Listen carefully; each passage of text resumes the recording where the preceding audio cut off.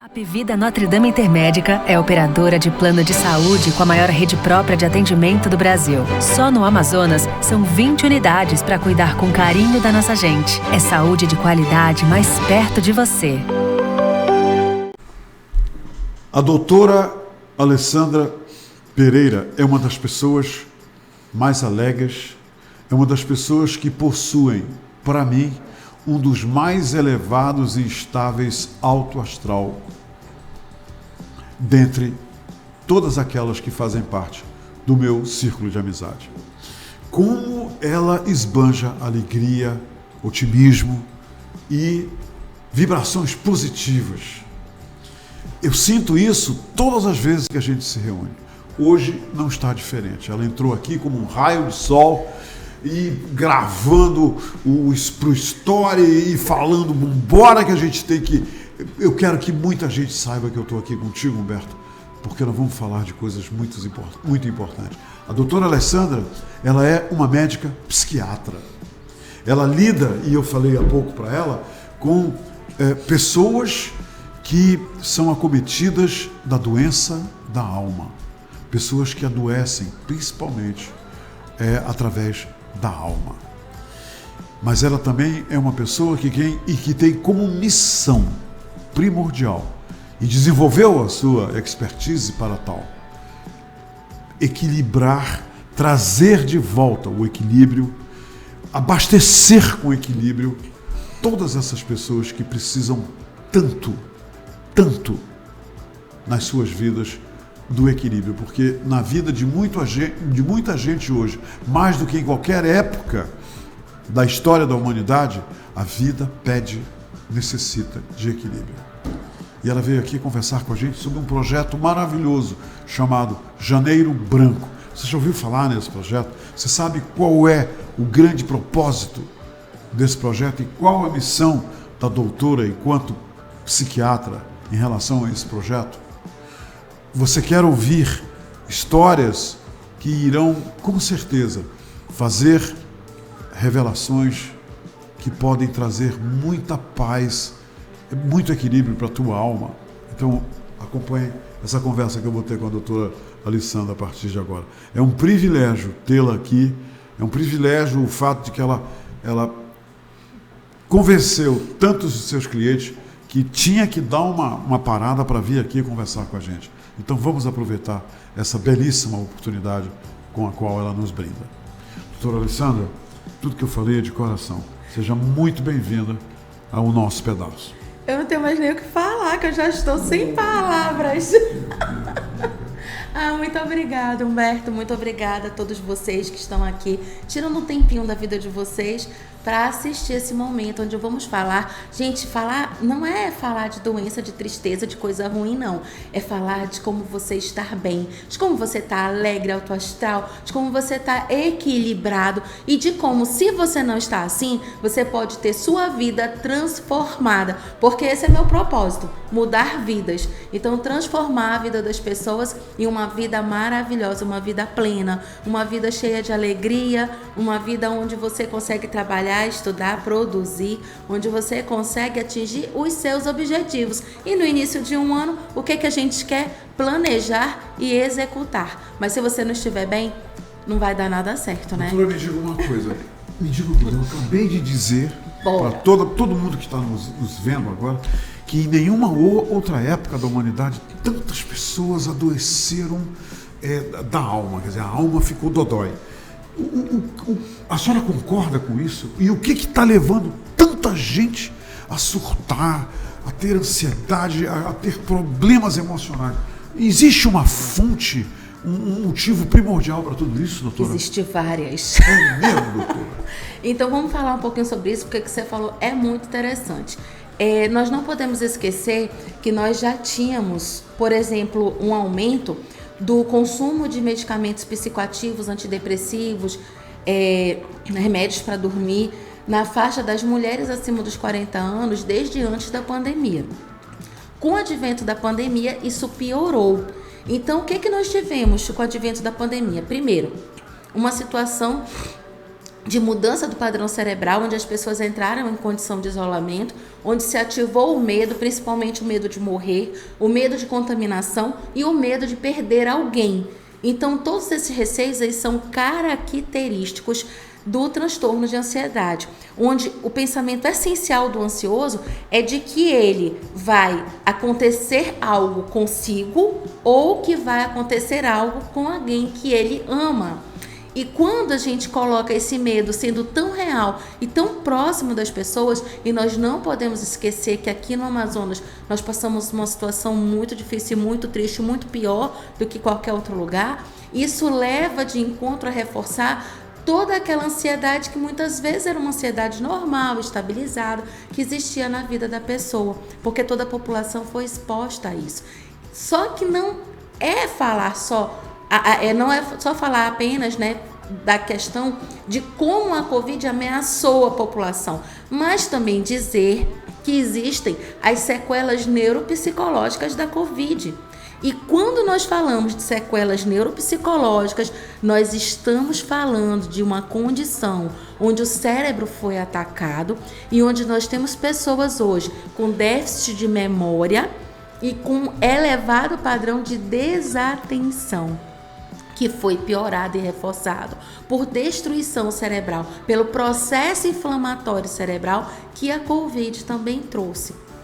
Então, nós temos uma população que viveu momentos desafiadores, temos uma população sequelada no seu cérebro, no seu órgão de controle, e temos uma população que ficou desempregada, que teve queda do seu financeiro, que hoje não voltou mais para o padrão de vida que tinha antes, para a condição que tinha antes. E além disso tudo, a gente ainda tem o quê? A internet. O advento da internet que mostra vidas perfeitas, alimentações saudáveis, uma vida fitness, um mundo de luxo, de beleza, onde tem um cenário de riqueza, onde todo mundo só tem que parecer rico o tempo todo. Sim. Onde as pessoas têm que se conformar com uma caixa e elas têm que entrar naquela forma. Porque se elas não entrarem, elas não são felizes. A senhora quer dizer então que muita gente hoje, olhando essas outras pessoas na internet, começam a indagar. O que está errado comigo se essas pessoas estão tão bem, tão felizes? Gente, é por aí, eu não tenho valor na minha vida. Qual é o valor que eu tenho na minha vida se essas pessoas fazem tudo isso, se essas pessoas estão tão bem? E eu estou aqui só batalhando, ralando o dia todo, acordando super cedo para entrar num ônibus ou num carro, para chegar num trabalho ralado, que tem um chefe. Muito. Porque toda hora as pessoas são confrontadas com muitas pessoas para inspirar também, para motivar, né? Mas para dizer que você só é feliz se você tiver 6 dígitos na conta. Se você não tiver 6 dígitos, você não é nada. Gente, olha que mensagem que está sendo passada para as pessoas. Ou você tem uma beleza que você expõe, ou você é uma pessoa muito intelectual, ou você é uma pessoa que tem 6 dígitos, senão você não é ninguém. E o que você é? Não vale nada? Uau, que é isso, então, gente. O ter está muito, muito mais relevante do que o ser. Essa é a imagem que estão tentando vender. Mas essa é a imagem que você vai comprar? Você vai comprar a ideia de que se você não tiver no mundo, na Bíblia está escrito assim: não vos conformei em Romanos, não vos conformei com as coisas desse mundo, mas transformai-vos pela renovação da vossa mente. Se você comprar a ideia de que todo mundo tem uma vida fitness, todo mundo tem uma vida extremamente saudável, suplementada, motivada, que a gente todo dia acorda rindo pelas paredes, você está comprando uma mentira. Você vai comprar isso para sua vida? Que você precisa ter 6 dígitos, que você precisa estar toda hora naquele padrão de beleza? Tem condições. E o que as pessoas que pensam assim devem fazer para virar esse jogo, doutora? Para ter o que nós falamos aqui no início dessa nossa conversa, equilíbrio. Ótima pergunta, porque quando a gente fala de como mudar essa realidade, a gente fala de mudança de mindset, né? A gente fala de mudar a forma como eu penso. Então, a gente tem muitos nomes também hoje, né, que surgem, e tem um livro muito interessante, né, que é sobre essa questão do mindset, que é um livro que já tem uns anos, mas ano passado que virou mais ou menos uma febre, que ele fala exatamente sobre isso, sobre como você vai ser aberto a mudar a sua mente. Só que você não pode mudar a sua mente se você não sabe como você vai programar essa mente para você chegar onde você quer. Então você tem que estabelecer objetivos. E para você saber onde você vai mudar para você chegar no lugar que você quer, você precisa saber quem você é. Porque se eu não sei o que tem na despensa da minha casa, eu não posso fazer o supermercado, porque eu não sei nem o que eu vou comprar. Se eu não sei qual é a bagagem, quais são os sentimentos que estão me travando, que estão me limitando, quais são as crenças limitantes, quais são as coisas que eu escuto desde a infância, que eu não superei, que eu não perdoei e que estão lá dentro de mim, como eu vou modificar aquilo que eu nem conheço? O primeiro processo é autoconhecimento. É você se conhecer, é você saber quem você é. Aí sim você vai determinar aonde essa pessoa que você é vai chegar e o que você precisa para chegar lá. Eu vou subir uma montanha, eu vou levar roupa de frio, vou levar lá as picaretas, corda para eu subir. Eu vou para a praia, eu vou precisar de biquíni e protetor solar. Então, a jornada que serve para o outro, para aquela pessoa que muitas vezes você está se inspirando na internet, não é a jornada que vai servir para você. Agora escolha quem você é e qual é a sua jornada. Porque se você não souber o que lhe faz feliz, você vai ficar procurando a felicidade onde ela não está. Porque ela é a alegria do outro, mas não a sua. Doutora, a senhora concorda de que uma fonte para abastecer o desenvolvimento de uma doença, de um mal para a alma, a fonte está toda na maneira do que você pensa, de como você trata os seus pensamentos de forma negativa ou positiva? Vou concordar em grande parte. É muito importante a forma como você pensa, como você se vê, como você vê os outros, como você vê o mundo. Agora, tem algumas questões também que a gente traz uma herança, né? Então, a gente não pode esquecer a questão genética. Nós temos genéticas, muitas vezes, que são desfavoráveis. Genéticas desfavoráveis, genéticas que nos levam a já ter uma tendência, uma família toda de ansiosos. Gente, isso é muito desafiador, porque fatalmente a pessoa vai disparar gatilhos de ansiedade. Tem a ver com a genética, a depressão, o transtorno de humor bipolar. Então, nós sempre precisamos ter em mente que nós não temos maçã nascendo de mangueira. Então, o fruto não cai longe do pé. Meu pai, filósofo Edson Pereira, sempre diz isso, o fruto não cai longe do pé. Então, quando você já tem uma genética desfavorável, você tem situações da sua personalidade, de como eu lido com os problemas desde quando eu sou muito criancinha. Então, tem criança que já é mais tímida, retraída, tem criança que já é mais expansiva, tem criança que chora com mais facilidade, outras não. Tem pessoas que já são naturalmente mais alegres, mais moduladas para cima, tem pessoas que não. Me diga uma coisa, na prática, o que a senhora está dizendo, veja se eu consigo traduzir corretamente, é que uma pessoa que tenha a carga genética, né, que está levando a carga genética, ela pode, num determinado momento da sua vida, desenvolver, por exemplo, a depressão. Quer dizer, ela surta, porque eu tenho casos de amigos e amigas que, um amigo meu, por exemplo, ele me liga e diz: Humberto, olha, eu não vou poder, vamos partir para outra, porque a minha esposa, ela está enfrentando agora, desde pouco tempo,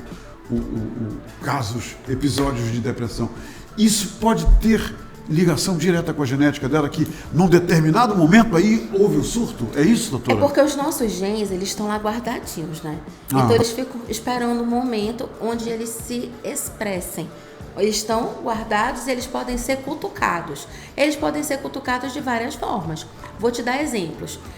Na primeira infância, do intraútero aos 4 anos, nós podemos ter situações onde, por exemplo, aquele indivíduo seja exposto e ele faça uma alteração do eixo do cérebro com a adrenal, que vai liberar cortisol, explicando de uma forma bem simples. Então, quando isso acontece, esse indivíduo ele vai ter o cortisol elevado o restante da vida inteira. E ele vai ser uma pessoa mais propensa, por exemplo, ao pensamento suicida, à ideia de que ele não tem valor e a ser reativo diante das situações adversas. Então, veja bem, eu estou falando de uma criança que não tem nem consciência que no futuro ela pode vir a adoecer por coisas que aconteceram até dentro do útero da mãe. Fora isso, a gente está falando de crianças também que podem ter sido criadas e formadas sua personalidade por mães ansiosas, por pais muito rigorosos ou muito relaxados, onde nunca nada tá bom, nada presta, ou então onde você precisa ser muito acima da média. Então, todo esse tipo de situação vai trazer prejuízo para a vida adulta. E em determinado momento da vida adulta, essa pessoa pode passar por adversidades.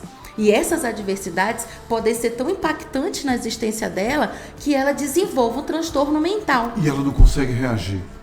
Ela não tem recurso químico e muitas vezes recurso emocional para reagir. Por quê? Porque ela já tem uma química cerebral que vai sendo modificada pelo sofrimento emocional. Então, grave essa informação. Você tá tudo ótimo, lindo, maravilhoso, você tá vivendo bem.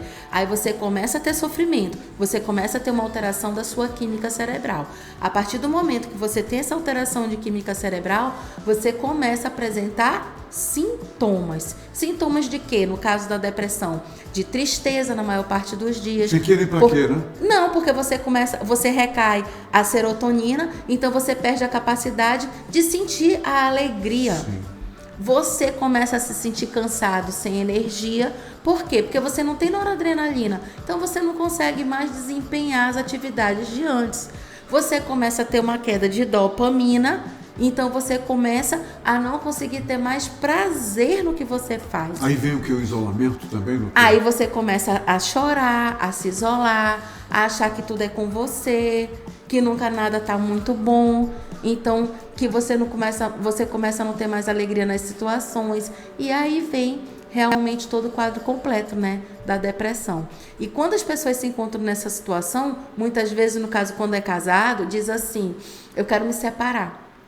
Não quero mais manter esse casamento, porque você não merece viver com uma pessoa como eu, ou eu não mereço uma pessoa como você, ou eu não quero condenar a sua vida a ficar com uma pessoa como eu. Muito, ela não tem valor nenhum. A tríade cognitiva de Beck, né, que Aaron Beck descreveu há mais de 50 anos, é de desvalia. A pessoa se sente sem valor nenhum. Desamparo. Pode estar todo mundo do lado da pessoa amparando. Ela, tipo assim, ninguém me ama, ninguém me quer, ninguém me joga na parede, ninguém me chama de lagartixa, ninguém diz que me ama. Ela se sente desamparada mesmo que ela seja. E a desesperança, o mundo não vai mudar, minha realidade não vai mudar. Então não tem, assim, motivo para eu fazer muita coisa, nem porque eu me tratar. Essa situação despeja essa pessoa em casos, por exemplo, de pensamentos suicidas, doutor?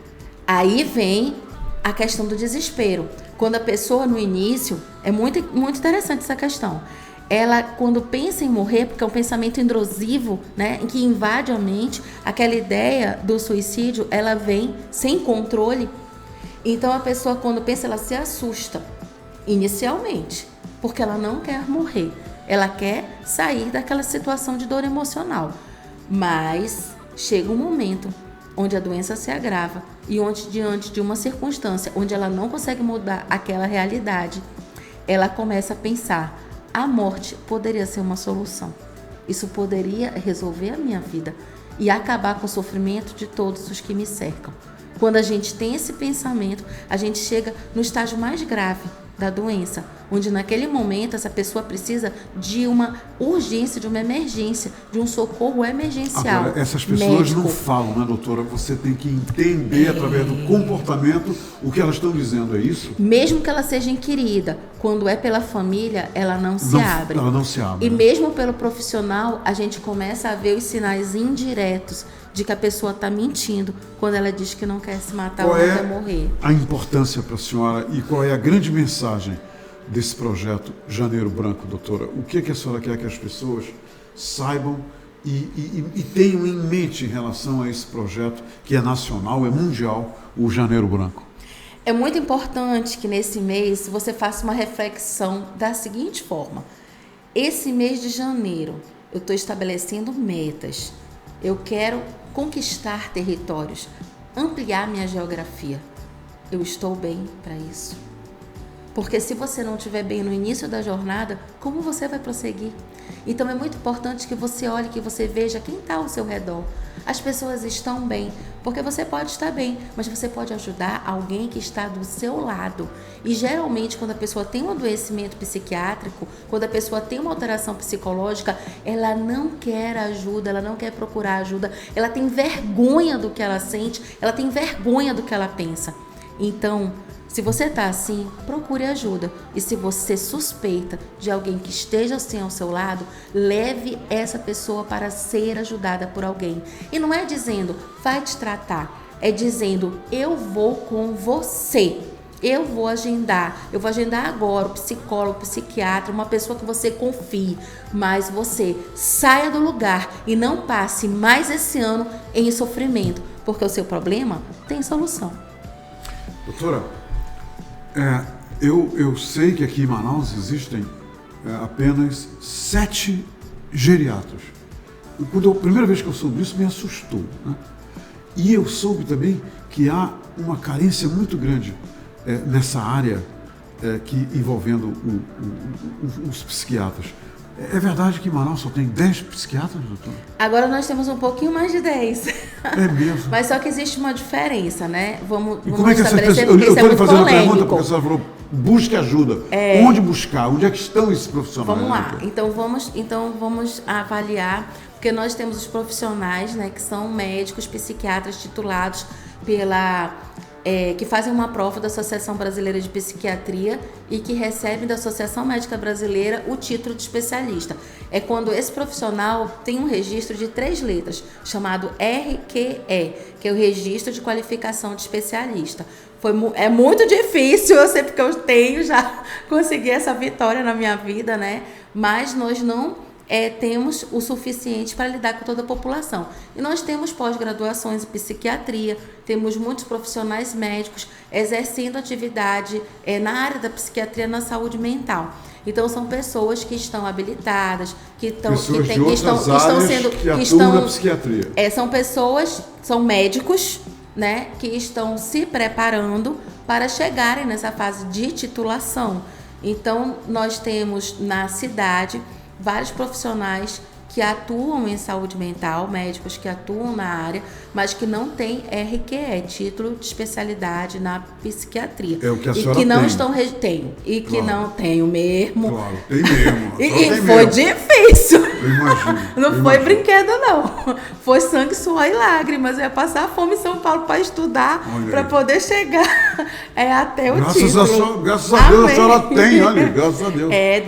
Deus foi muito bom comigo, porque eu sempre fui uma pessoa assim, de batalhar muito, mas Deus também abre portas e céus quando a gente batalha, né? Porque não adianta você querer a conquista do que é do outro se você ficar parado e não for trilhar um caminho. E aí nós temos uma rede de assistência em saúde mental muito deficitária na nossa cidade. É muito difícil você conseguir uma consulta pelo SUS, pelo Sistema Único de Saúde, mas o principal é que não é só deficiência de psiquiatra, também de psicólogo. Nós precisamos compreender que os psicólogos, eles são uma porta de entrada importante para o acolhimento das pessoas com transtornos mentais. Essa é a primeira porta de entrada, não são? E que nós não temos uma política do governo para contratação de psicólogos em massa. Na pandemia foram contratados temporariamente 50 profissionais e esses profissionais encerrou o contrato, acabou o milho, acabou a pipoca. Nós não temos uma rede. Não me diga isso. Foi. Assim, era um período, né, da pandemia que contrataram 50 psicólogos, mas hoje quando abre vaga para psicólogo é para 2, 3. Então isso é uma gota d'água no oceano, né, de necessidades. E o que acontece? Nós temos a melhor forma de combate ao suicídio e de melhora da saúde mental é nós termos rede de assistência.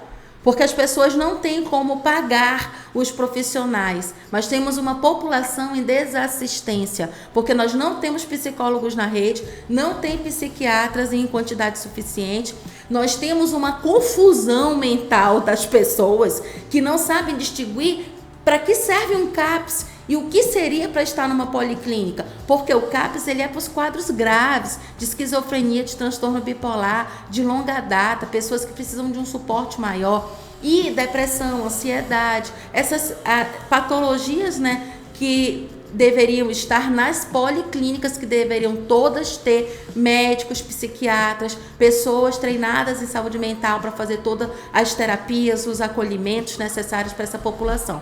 E nós não temos. Hoje nós temos pessoas muito, como é que eu diria, assim, muito interessadas pela área, mas que ainda não estão tituladas, mas que atuam heróica e bravamente, mesmo que levando muita porrada nas policlínicas, nas cooperativas, no serviço de saúde mental. E esses médicos, eles buscam estudar, se habilitar, capacitar, até conseguir o seu título de especialista.